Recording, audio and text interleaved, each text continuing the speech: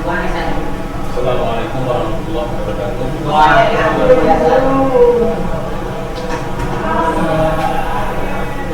Kita sudah bahas waktu itu ya, talk about exposition ya, di buku kita tentang eksposisi sedikit.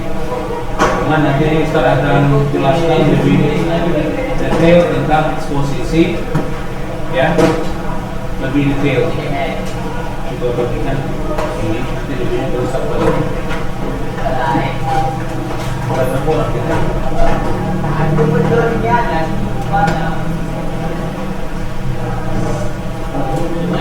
kan saya jawabnya kan.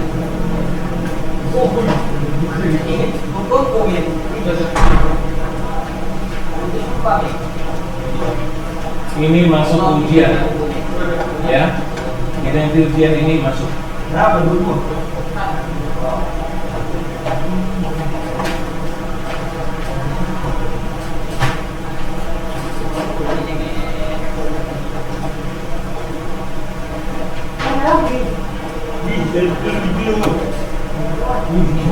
Sini boleh saya dulu ya.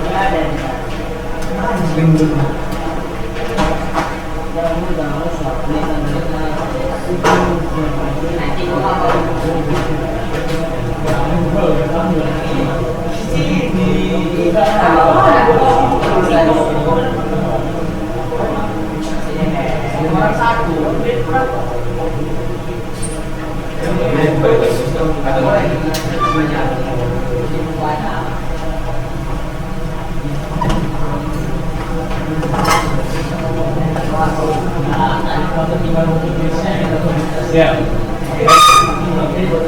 exposition text.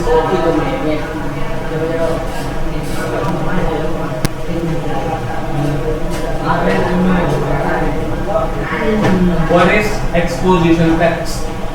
Ini masuk ke nanti ke pas kita ya.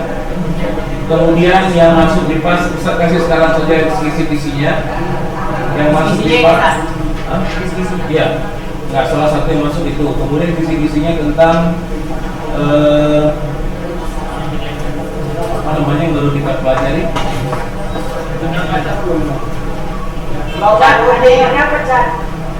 Siapa lagi yang ada? Kemari. Tentang invitation ya, tentang invitation.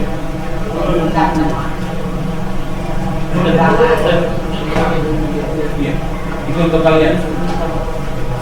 Jadi selain invitation nanti kan ada undangan, kita udah beberapa itu ya, ada beberapa yang sudah diberikan. Dan bagi yang belum, contoh siapa lagi tadi Seto, siapa lagi Seto? Siapa lagi? Yang belum kasih, yang belum memberikan konsep, kita ambil lagi ininya, apa namanya, ujian prakteknya. Jadi kita nggak lagi, dari situ diambil. Yang belum siapa? Adik tadi baru ya. Yang belum nanti kasih ke Ustaz. Oke. Jadi selain bab sebelumnya tentang invitation, kita datang meminta percakapan atau apa, ini anak kecil belum.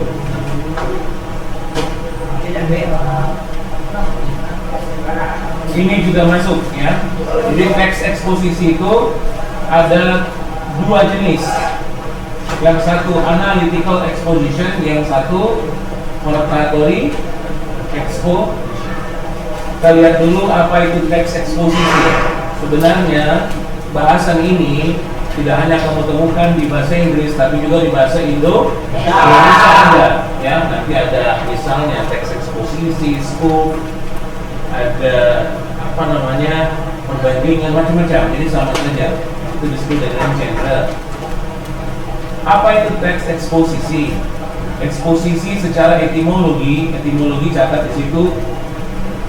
Etimologi artinya ilmu asal kata. Apa? Ilmu asal kata. Asal kata itu asalnya dari mana kata ini gitu ya. Banyak bisa dirunut kata tertentu itu asalnya dari mana. Ya, itu namanya ilmu etimologi. Ya. Contoh Ustaz tanya, jendela asal katanya dari mana itu? Dari bahasa Belanda itu. Iya, bahasa Belanda. Jendela. Ya, buat mencari. Ternyata banyak kita karena kita dijajah Belanda berapa tahun? 300 Sedikit saja yang tinggal. Coba bayangin. Itulah hebatnya Belanda itu. 350 tahun apapun nggak ada tinggal sama kita. Bahasanya pun nggak ngerti. Cuman atur-atur kita, kakek-kakek kita, nenek ya. Beberapa yang paham itu pun nggak diturunkan sama cucunya. Karena Belanda ini jahat. Siapa dulu yang bisa berbahasa Belanda, dia diambil kerja di kantor, tapi di bagian bawah, lalu diawasi. Jangan sempat diajarkan kepada yang lain. Ini yang cerita kakek Ustaz sendiri. Bahasa Belandanya bagus. Ya, banyak bahasa serapan itu namanya ilmu etimologi. Kalender dari mana? Belanda, Amerika, Inggris, Jepang. Arab Saudi, Portugis.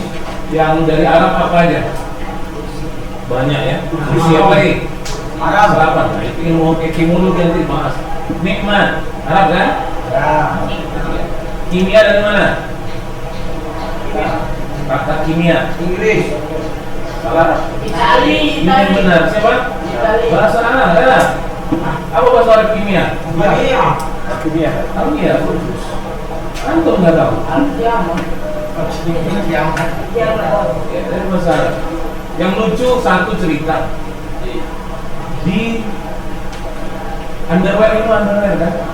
Nah, tuh, baru dia sebut, agak susah-susah sebutnya. Nah, yang baru dia sebut tadi yang itu dari bahasa mana? Inggris. Salah. Arab. Salah. Jepang. Salah. Sebutkan semua. Belanda. Portugal.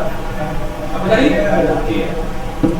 Asal Sipik. Iya, kan namanya tempat-tempat romantis. Nah, bahasanya, tulisannya Z W E P A K. Nah, artinya begini, setelah kita runut ada ceritanya. Dulu mereka, kakek-kakek kita, nenek kita dulu sebelum Belanda datang. Jadi setelah Belanda datang, Belanda itu kan suka buat kolam renang di belakang rumah kan, dari dulu ya terus sekarang. Jadi ketika menjajah di sini, orang kita bingung itu apa yang segitiga dia pakai. Enggak, kan gitu kan, bentuknya segitiga kadang-kadang. Kemudian mereka berbicara, dengarlah oleh kuli-kuli yang terjadi di sama mereka kan gitu kan, kuli-kuli kan kita. Dia bilang sempak, oh namanya sempak. Jadilah sempak. Udah, itu ada cerita. Artinya sebelum Belanda datang, kita nggak pakai sempak. Kalau dari mana? Dari ini bahasa apa? Indonesia. Ya. Artinya dulu belum aja ya. Belum saja nggak pakai dulu sebelum ini. Nah setelah datang mereka ikut sampai ilmu etimologi itu membahas itu. Ya sampai bahas. Apa tuh? Mundur. Dia nanya, sebelum Belanda datang orang Indonesia pakai sempak? Enggak, dia hanya sarung begitu aja lah artinya. Jadi itu sudah dibahas di satu cerita kata-kata itu yang tadi itu artinya sebelum itu mereka nggak kenal kan gitu kan sudah di ya. Nah itu disebut dengan ilmu apa tadi? Etimologi. Berasal dari bahasa Latin exposition yang ini. Dengarkan Ustaz. Artinya membuka atau memulai, fokus ya, membuka atau memulai. Teks eksposisi digunakan untuk menyampaikan pendapat mengenai permasalahan yang menyajikan argumen penulis, ya, berisi pendukung berupa bukti-bukti. Contoh, antum pahaminya nanti kalau bahasa Indonesia masuk paham, karena sama saja isinya, ya, dengan alasan yang logis. Jadi ini eksposisi ini adalah cerita pendapat siapa? Penulis. cuma ada dua. Nanti kalau Ustaz tanya apa perbedaan antara analytical dan hortatory, harus bisa jawab kayak sini ya. Sehingga bisa menambah pengetahuan dan wawasan pembaca. Ada dua jenis eksposisi, analytical exposition baru kita bahas di buku. Sayangnya di buku kita itu hanya dibahas analytical exposition, paham ya? Yang tidak dibahas hortatory exposition. Jadi kita ambil dua-dua. Perbedaan antara analytical exposition dengan hortatory exposition itu di bawah ini. Dengar ya, analytical exposition dan hortatory exposition sering membuat kita bingung karena strukturnya yang hampir sama. Lalu apa perbedaan antara keduanya? Yang daring nanti Ustaz apa ya? Ustaz berikan ininya ya, daring ya, di WA itu. Simak ulasan berikut ini. Jenis teks bahasa Inggris yang berisi penjelasan akan suatu hal yang berupa opini si penulis biasa disebut exposition. Exposition kita ketahui ada dua, yang tadi analytical dan hortatory exposition. Jadi kalau ditanya ada berapa jenis, dua ya. Analytical exposition merupakan jenis teks yang berisi penjelasan argumen si penulis. Jadi dia buat pikirannya, dia tuangkan di situ tentang suatu permasalahan yang perlu diperhatikan pembaca. Jenis teks ini berfungsi untuk hanya memaparkan apa? Hanya dipaparkan. Dia cerita sesuatu dipaparkan saja kepada pembaca bahwa ada hal yang perlu diperhatikan. Titik sampai di situ. Paham ya? Dah. Kemudian bagaimana dengan hortatory? Sama dengan analytical, cuma ada lebihnya. Kita lihat ya, lebihnya apa? Dia tidak hanya sekedar memaparkan, tapi ujung-ujungnya membujuk. Paham ya? Bujuk. Dibujuknya agar orang yang membaca bisa melakukan sesuatu. Sampai begitu dia. Atau setuju dengan dia. Ya. Jadi merupakan teks yang berisi opini penulis tentang satu hal yang berfungsi. Jadi hortatory fungsinya apa? Mempengaruhi, tidak hanya memaparkan, tapi mempengaruhi pembaca agar sampai-sampai bisa membujuk hingga pembaca bisa melakukan sesuatu. Jadi biasanya nanti kalau kamu disuruh mendeteksi hortatory dan analytical, hortatory biasanya di ujung teks ada apa? Kata should. Antum seharusnya begini, harus berbuat ini gitu. Atau kadang-kadang lebih keras apa pakai apa? Mas, atau seharusnya sama dengan ini ya. Ini yang paling keras. Ya, ini sama ini sama. Paham ya?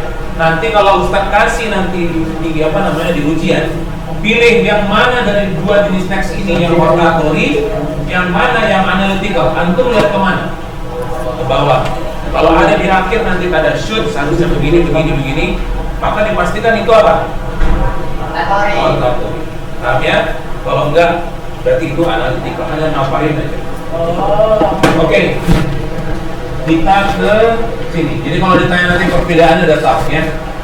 Sekilas dua jenis ini memang mirip, namun perbedaannya terletak satu kepada apa? Struktur. Nanti kita bahas strukturnya beda. Kemudian yang paling penting tentang ada atau tidaknya usaha pembujukan pada pembaca teks ya. Oke, good. Nah sekarang kita lihat perbedaan strukturnya. Si Arik baru saja semalam tadi pagi ya memberikan sama dia bagi tesisnya mana, argumennya mana, dan reiterationnya mana ya. Tadi pagi udah Ustaz lihat, berarti dia melakukan hanya analytical exposition. Dan kemudian yang antum lihat di buku itu memang hanya analytical aja, nggak ada hortatory. Nah, ini Ustaz tambah ya. Kita lihat strukturnya. Kenapa buku penting bagi kita? Lihat di samping. Tesisnya mana? Apa itu tesis? Pernyataan penulis. Ya tesisnya, argumen yang pertama dipancing begitulah tesisnya. Apa katanya? A wise man once said, seorang bijak mengatakan, apa ini? learning without a book mean belajar tanpa buku nggak ada artinya. Antum setuju nggak? Nggak juga lah ya, separuh-separuh lah ya, nggak full setuju juga lah. Dulu belum ada buku banyak orang bisa belajar, tapi oke lah. In my opinion, the statement is true, kata dia di sini menurut pendapatku. Siapa ku? Tulis, kata dia. Oke, kenapa aku katakan demikian? Oke. Jadi tesis dia pertama, ya, tesis itu apa itu kira-kira? Peranggapan dia pertama. Jadi ini benar nih, tapi alasannya diberi di bawah kan, argumen 1, argumen 2 itu alasan pendukung. Oke. This is for several reasons katanya. Ini untuk alasan, beberapa alasan. Tentu nanti yang Ustaz kasih waktu ujian beda dengan ini ya, apanya ya, tentu yang lain lagi nanti ya. Yang ini. Pertama katanya buku adalah penting karena buku mengembangkan pikiran orang-orang yang membaca. Kecil kali nih ya, saudara. Ini harus ganti kacamata nih kayaknya. Even if you don't agree with what the author has done in book, walaupun antum atau anda tak setuju dengan apa yang si penulis telah lakukan dalam bukunya, you can at least have fun. Paling tidak anda bisa membentuk your own ideas, ide anda sendiri tentang apa yang harus, apa yang lebih baik. This leads to critical thinking skills. Ini bisa mengarah kepada kemampuan berpikir yang kritis. These critical thinking skills are a necessity for development of cultures, kata dia. Ya, artinya kemampuan berpikir kritis ini adalah penting ya untuk pengembangan budaya. Ya, pengembangan budaya. Lalu kemudian alasan kedua dia bilang buku mengandung begitu banyak lebih daripada hanya sebuah cerita, ya. Buku mengandung lebih banyak daripada hanya sebuah cerita. Jadi kalau baca buku, sekarang buku agak kurang diminati karena sudah ada apa? Gawai ya, ada gawai. Tapi ada beberapa memang harus beli bukunya karena gawai nggak menyediakan itu, ya. Harus dibeli bukunya.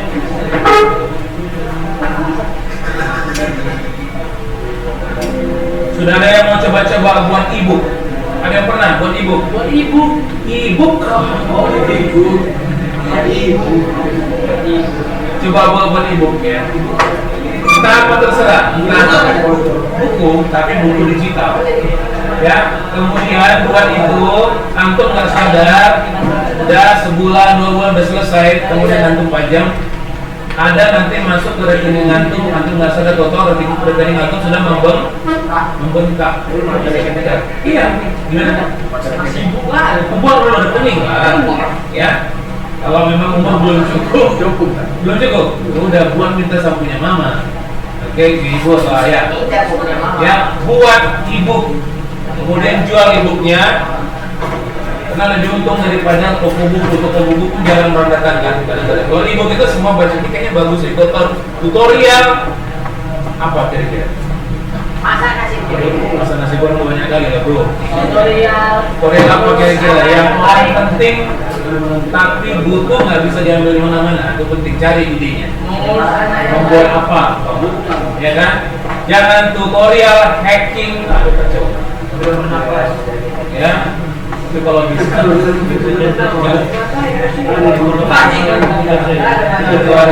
hacking hacker. Siapa yang jadi hacker? Siapa yang udah pernah jebol ini? Jebol kartu. Kartunya masih tetap bisa dipakai walaupun itu sudah habis update-nya. Ya. Jangan Ustaz udah tinggal. Ustaz udah tinggal.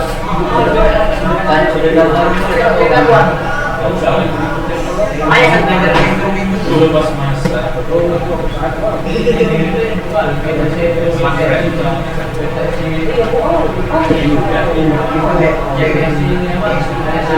Nah, carilah tutorial itu, membuat, kemudian buat ebook. Antum punya rekening, lalu nanti rekeningnya membongkar sendiri ya. Dan itu sangat gampang juga dipakai untuk apa? Untuk ini ya, untuk usaha anak yang ada SMA. Ya, oh, jadi mungkin gampang lah. Iya, nggak di Play Store nggak susah. Play Store nanti yang kita baru Play Store lagi kan, gitu kan. Nanti ada lagi untuk Play Store, ada lagi nanti punya di Play Store. Lalu setelah di Play Store, di Facebook juga bisa. Antum buat covernya, dan kemudian preview. Antum tahu preview? Previewnya doang. Itu namanya bukan ebook. Kalau semua solusi antum kasih, ini kan gitu kan. Skip dulu, ya kan. Kemudian apa namanya table kontennya. Orang akan tertarik. Ini kayaknya iya nih. Dari table konten nggak bisa dibuka kan? Seterusnya kan nggak bisa dibuka kan? Itu ilmunya kan. Cuma chapter 1 dibuka dikit lah. Ini sini ini, tapi nggak semua. Kosong. Waduh, mana harus tahu nih ilmu nih, gitu kan?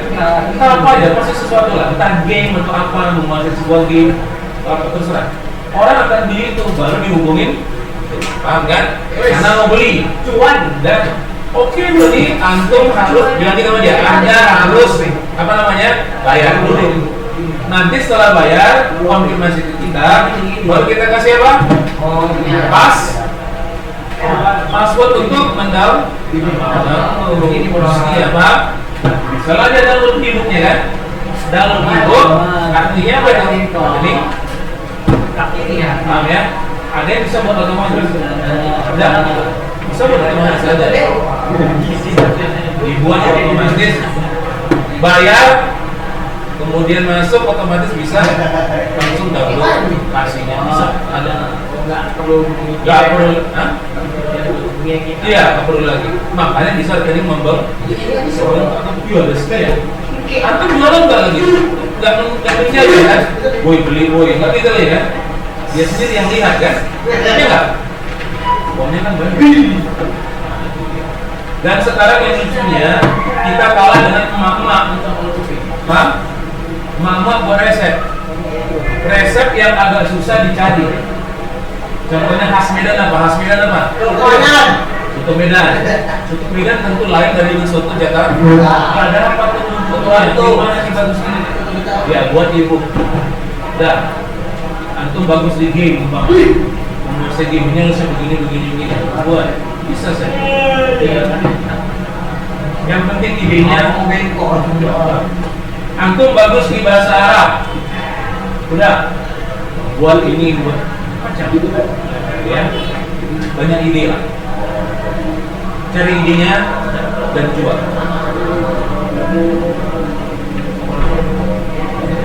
Oke, argumen 3, the last thing katanya. I'll say little books are essential to the life because they do not only carry knowledge but they also entertain us. Jadi buku katanya alasannya tidak hanya memberikan ilmu tapi juga menghibur kita. Nah, inilah alasan-alasan yang dia berikan. Ada argumen 1, argumen 2, argumen 3. Baru kemudian, nah di sini dia yang terakhir. Antum baru lihat based on the reason listed above, berdasarkan alasan di atas tadi, maka jelaslah bahwa buku apa katanya have a great influence in our life.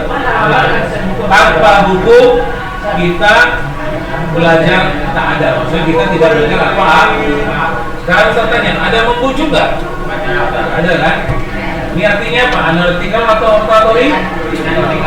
Paham ya? Sekarang kita bahas ke struktur oratory-nya. Sama dengan analytical di atas. Bedanya mana? Di bawah ada rekomend. Namanya rekomend. Rekomend itu apa itu? Merekomendasikan. Kan itu kan? Artinya menyarankan. Ya, menyarankan. Jadi kalau hanya penegasan di atas tadi ditegaskan nanti di bawah disimpulkan, berarti itu struktur analytical exclusion. Oke.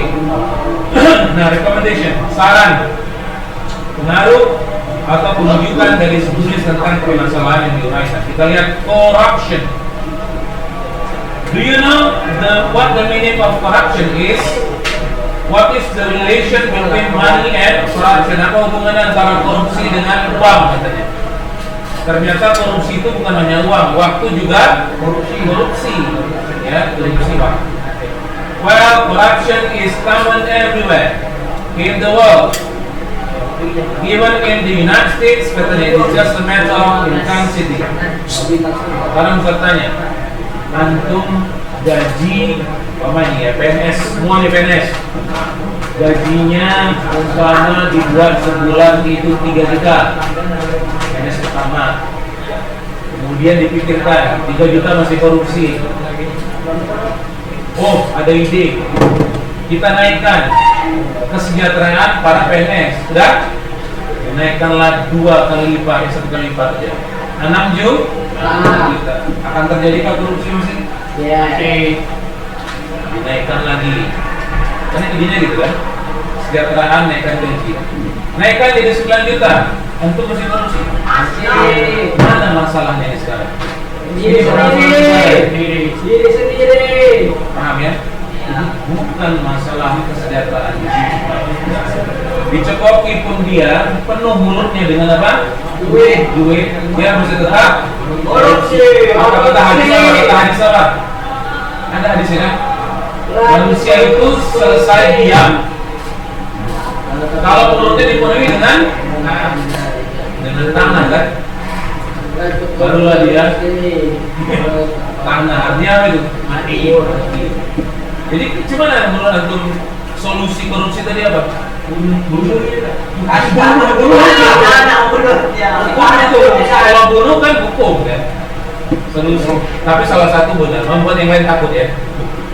Untuk meredamnya gimana? Agar orang takut korupsi. Hah? Kita urusnya. Cekat keluarganya.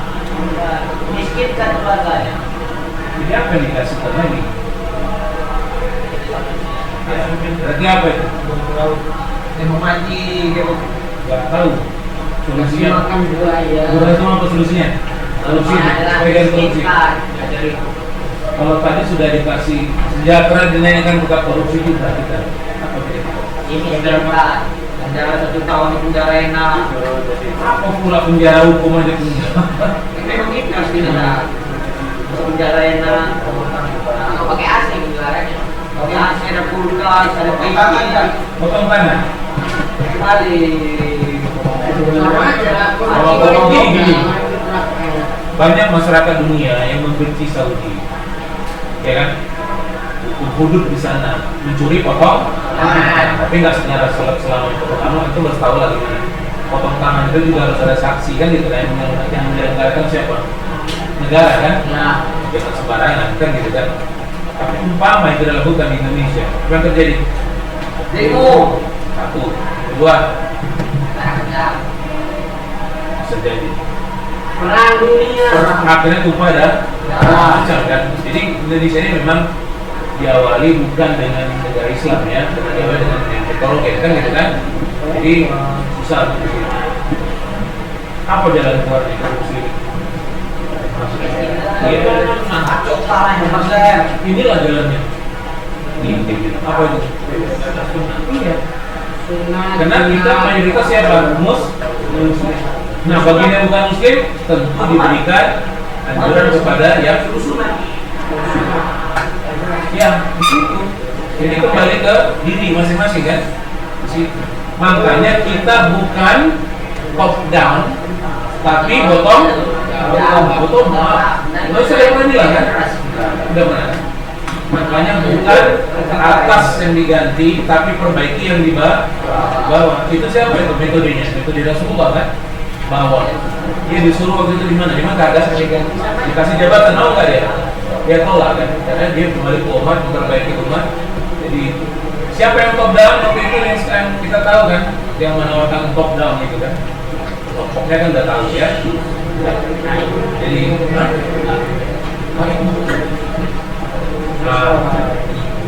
ya kan top down kan ganti atas, bawah hancur. Jadi perbaiki atas enggak mempan, ya tidak mempan. waktu itu sudah pernah ada kan ini ya, cerita riwayatnya sudah ada raja yang Nasrani itu ya, sudah ada. Jadi dibawalah diperbaiki dan itu sangat kurang, ya, sangat kurang. Oke, kita lanjut. However, it is quite shocking where one reliable survey claims Jakarta is the most corrupt place in Indonesia. Bagaimanapun agak mengejutkan katanya, sangat mengejutkan. Ya, bahwasanya one reliable survey, satu survei yang sangat bisa dipercaya, katanya mengklaim di Jakarta adalah apa ini? Tempat yang paling korup di Indonesia. Sekarang Ustaz tanya, ini udah besar-besar. Kelas 2 dari kelas 3. Antum setuju nggak terkait Jakarta dengan ide? Ini boleh setuju, boleh itu bebas, karena memang kita sudah bisa memberikan ide. Anak rasa itu semua dihargai. Jakarta pindah ibu kotanya bukan di Jakarta lagi. Anda setuju? Setuju. Kenapa setuju? Satu, kita lihat alasannya. Jakarta macet. Satu, Jakarta macet. Jadi kalau pindah Macet juga. Kalimantan kan? Iya. Dia kan sudah menyangga Kalimantan nggak mungkin macet, karena lebih lapang. Barang lupa. Oke lah, perambahan hutan pasti, tapi kemacetan tidak akan jauh kan daripada Jakarta sekarang. Ya, akan lama lah itu, kan prosesnya kan lama. Tapi paling tidak pasti drastis mengurangi kepada. Apakah wacana perpindahan ibu kota ke tempat luar itu wacana baru? Berapa kali Indonesia sudah pindah ibu kota? Tiga. Mana aja? Satu lagi. Tapi aja Jakarta. Medan. Asal aja. Mungkin. Bali. Tiga. Artinya itu bukan wacana baru. Nggak perlu tapi boleh setuju, boleh tidak. Survei di sini saja, ini nggak salah dari mana? Jakarta Post ya, Jakarta Post. Ada sampai saya bilang kota paling terkorupsi di mana? Papua kacau, susah rasa. Kenapa? Sekarang kita ambil alih punya Papua katanya. Menurut antum Papua cocok nggak? Kenapa cocok? Itu harus ada alasan. Kenapa cocok? Karena ada polusi di polusi. Sana juga belum ada banyak polusi loh. Jakarta mana? Bukan Jakarta. Bandingkan Kalimantan sama Papua tadi. Enggak. Kenapa Papua antum pilih? Keren hati hidung.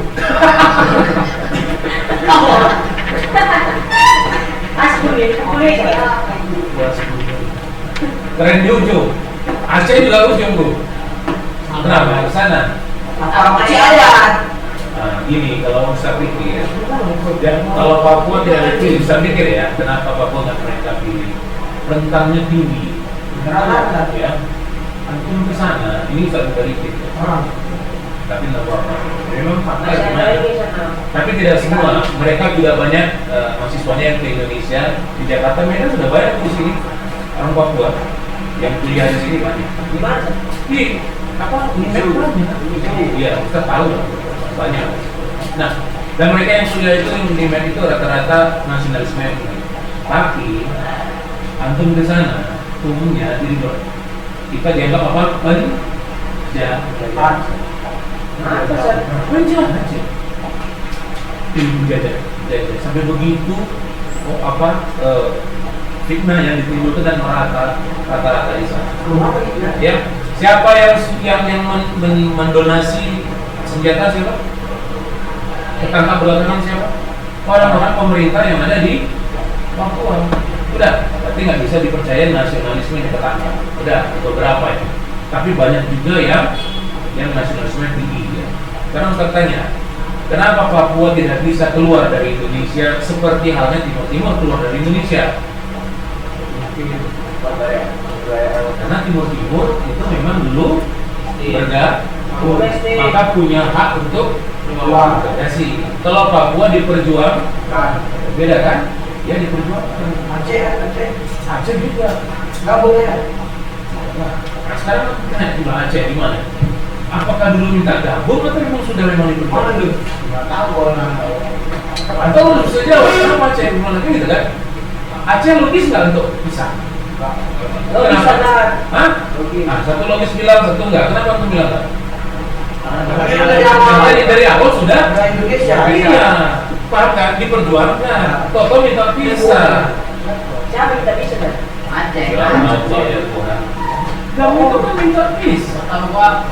Dua buah. Eh, Tarik. Kamu itu kan minta pisah. Paham ya? Tapi kalau Pintim memang dari dulu kita sampai menjadi di sana Portugis bukan Indonesia. Ternyata sekarang minta keluar. Makanya Presiden Habibie waktu itu ya sudah lah daripada bergerak terus banyak pertambahan dah. Tapi akhirnya sekarang apa yang terjadi? Menyelesaikannya memang benar ya. Misalnya kejuran dari sana miskin. Kalau Palestina di Banten kan? Makanya waktu Presiden Habibie meninggal yang datang waktu itu kan nangis benar kan? Siapa itu yang memimpin ya? Salahnya Gus Mama kan? Karena dia lah yang memimpin. Saya coba Palestina di Banten kan? Oh betul lain. Malaysia, Kalimantan lain lah. Itu kan berpisah di zaman Sriwijaya. Sriwijaya itu dulu sampai Malaysia itu kan Sriwijaya semua. Paham? Dan itu belum ada pendirian republik, paham kan? Masing-masing mendirikan republiknya sendiri. Paham kan? Beda. Brunei di mana? Brunei termasuk itu. Iya. Ya berdiri sendiri di zaman Sriwijaya. Ya, Brunei di Banten. masuk di sana. Makanya nggak heran bahasa Medan sama bahasa Malaysia hampir sama. Apalagi orang Selabat. Orang Gigi siapa? Apa yang ada bahasa? Orang Selabat ya. Nggak kemana? Kalau saya juga. Oke, kita lanjut. Bukan apa itu? Jadi itu logikanya kenapa apa namanya? Ayo Dubai di Kalimantan. Bisa buka dikit. Mana Dubai? Apa yang membuat orang luar orang luar begitu greget sama Papua? Ada emas. Ada jalan. Ya kayak alam lah saya. Ada salju juga, ya. Ada iya. Jadi kalau kita bisa, ya kan, maka orang luar enak mencap loki, paham kan? Itu ujungnya. Dan itu baru tahu peta, bukan harus terbit ke politik aktif, tapi seorang harus tahu bagus di ya mapping peta harus tahu. Politik harus mengerti, bukan harus terjun ke politik. Jangan terjun Ustaz minta, tapi jangan antum buta politik. Seorang salaf yang buta politik terjadi seperti apa di sana? Coba Mesir. Masa salaf membuka membuat apa? Namanya apa? Salafi An-Nur. Ya. Masa salafi itu berjemur? Ini mau kacau itu. Ya, itu salah yang buat pantai loh. Ada ketua di dan Indonesia ada kamu lain. Iya. Ada Ibrahim. Ustaz Panto. Yang interaktif di Facebook tapi Apa sih Jokowi? Ada, sudah mulai. Menggerogoti dari dalam lebih berbahaya daripada musuh yang di luar. Ustaz tahu. Ya. Apa? Apa? Iya. Kan? Apa? Apa yang buat tadi? Dubai negara buatan. Mesir. Baik. Cuma yang agak miris Ustaz belakangan. Antum update nggak? Apa sih? Riyadh Station update? Riyadh Station update? Riyadh Station. Nggak tahu lah aku. Dilihat ya pos-pos. Ya dilihat belakangan ini agak Oh miris. konsernya. Kenapa sih? Ya agak miris ya. Tapi macam mana akhirnya? Konser. Iya. Tapi kita nggak bisa bilang apa-apa. Tapi kita bilang kalau antum masalah itu jadi peluru bagi ahlul untuk menembak antum di luar. Tuh katanya. Oh, antum gini. Tapi misalnya gini, apa jawaban antum? Oh iya dah. Apa jawaban antum? Kan selama ini kita kan Saudi gitu ya. Saudi mana? Ya orang tua itu kalau sampai siapa saya tuh bul Yang bukan anak. rapper Tahu. yang diundang ke sana. Kita mau kenapa? Enggak. Jelas, Pak. Oh ini. Ayo. Si bul itu rapper Indonesia. Diundang ke sana. Nah, artinya apa? Jadi kita nggak pilih. Tapi bagaimana sekarang ini? Bagaimana jawaban itu? Ya memang benar. Kita jawab apa? Karena Saudi bukan dalil kan? Ya nggak? Dalil kita apa? Al-Quran dan Sunnah. Saudi bukan dalil. Kalau Saudi hancur apa? Kita hancur juga. Itu. Gitu. Kalau Saudi ini enggak. Cuman itu hanya kadang Saudi itu bisa naik, bisa tuh. Kan gitu kan? Ada di sini. Mudah-mudahan ke depan lebih biasalah. Amin. Masih muda. Siapa yang masih muda? MB mesti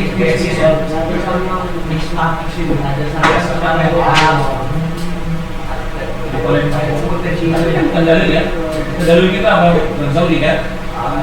Tapi di antara negara yang paling bagus dan kita harus bertanya, siapa negara yang membantu Indonesia tanpa hutang dari dulu sampai sekarang tanpa bunga? Saudi tanpa bunga. Antum pinjam 100.000 umpama pada dia dari dulu Arab satu. dan antum balikkan 100.000 tanpa bunga sampai sekarang. Siapa? Arab Saudi. Bayangin. Kalian tahu kan? Antum pinjam sama Jepang dibalik berapa? Masih ada bunga. Apalagi Amerika. Balik bunga kan? Saudi dari dulu tidak pernah memberikan bunga kepada Indonesia. Tidak pernah tahu. Siapa paling banyak bantuan ke Palestina? Indonesia. Saudi. Gak pernah tahu kan? Arab Saudi yang paling banyak. Tapi Arab Saudi dulu. Arab Saudi dulu. Oh, jadi dia paling banyak bantuan. Oh, Udah. Sekarang saya tanya. Raja Salman. Udah. Kemudian Syekh Al-Albani. Udah. Itu siapa? Pejuang di Palestina. Nimbrung ke sana biar antum udah nimbrung. Orang di sini, ya kan? Dia sudah bilang, tapi dia diujar. Al-Albani itu sudah buang ke sana sampai ke Palestina. Antum udah tahu? Kami siap untuk di sana dia berjuang nih buat badan senjata. Tapi diujar terus. Tapi begitulah. Sudah pada Rom, ya, nggak hanya untuk susah begini kita belajar juga, tapi juga luas wawasan kan gitu kan, agar jangan terkait. Sekarang saya tanya dikit lagi terakhir sebelum kita lanjut. Siapa Hamas? Siapa Hamas? Orang. Ini Arab Saudi. Dari Palestina kan? Hamas. oh pasukan. Nah, siapa pasukan Hamas itu? Apa? Pasukan Hamas itu siapa? Pasukan. Iya. Yang bantu Palestina. Iya, bantu Palestina katanya itu kan? Iya. Sering dikuat bantu Palestina. Siapa pasukannya? Siapa pemimpinnya? Ismail Haniyeh. Siapa itu Ismail Haniyeh? Di mana tinggalnya? Orang perang dia di mana tinggal? Siapa di belakang?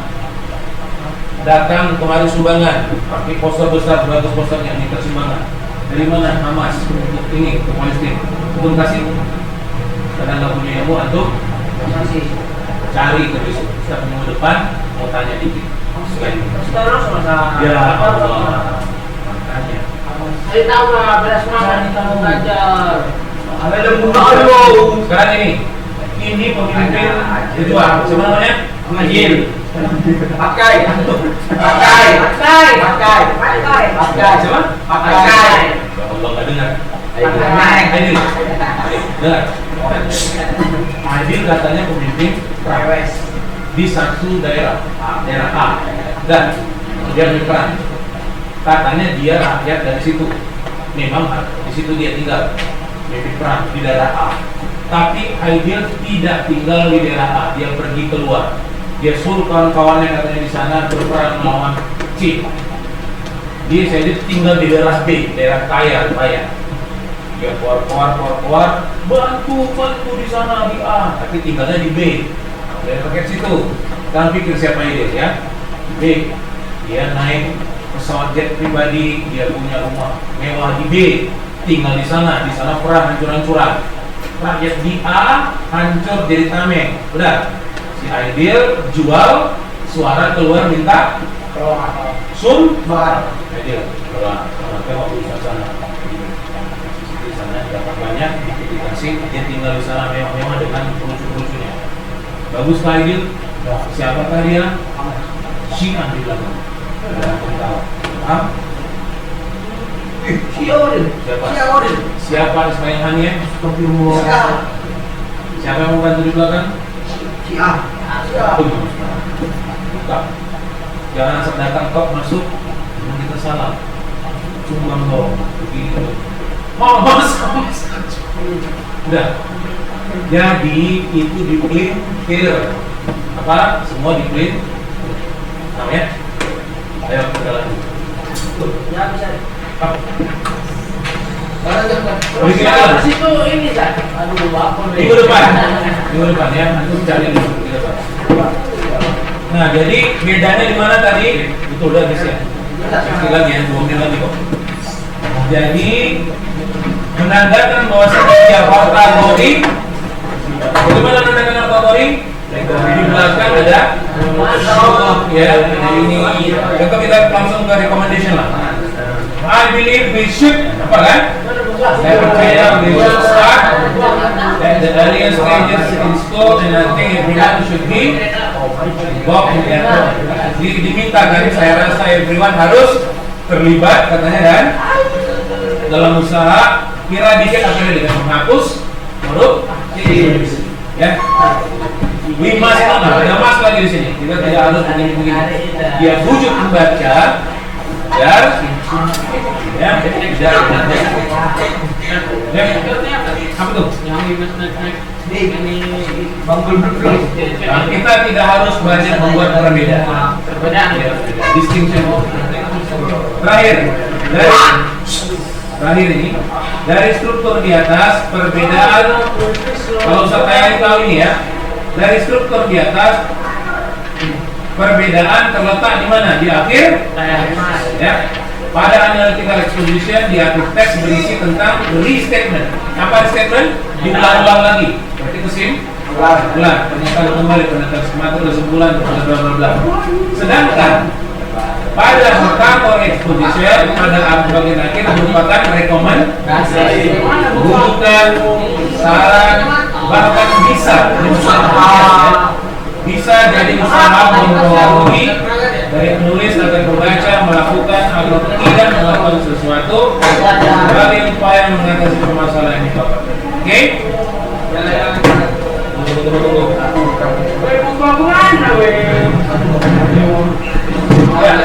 Anissa dari Sitponau. Assalamualaikum warahmatullahi wabarakatuh.